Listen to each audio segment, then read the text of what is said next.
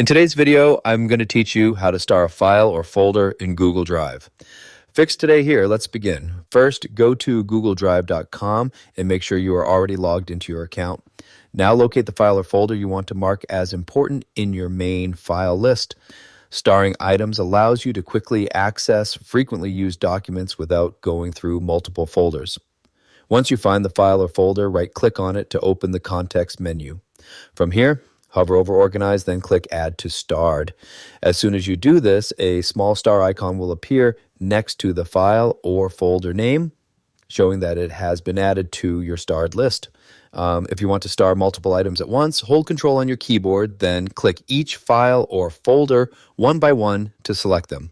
After selecting all the items you need, right-click and follow the same steps, hover over Organize, then click Add to Starred. All selected items will now be starred together. You can also use a keyboard shortcut for faster access. Select a file, then press Ctrl+Alt+S on your keyboard. This will instantly star or unstar the selected item.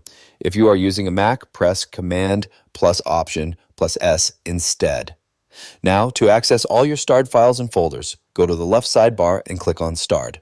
This section shows every item you have marked, making it easier to find important files in one place. To remove a star, right-click the file either in your main drive or inside the Starred tab.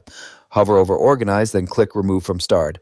The star icon will disappear and the file will no longer show in the Starred section, but it will remain in its original location.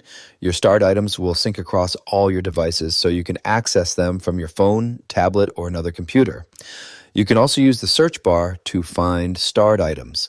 Click the search bar and type is, then colon, then starred, then press enter. This will filter your drive and display only the files and folders you have marked as important. And that's it for this tutorial. If you have any questions or suggestions, feel free to leave a comment down below. If you'd like to see more videos like this, the subscribe button is free and helps support the channel so I can keep making helpful tutorials for you. I'll see you in the next video.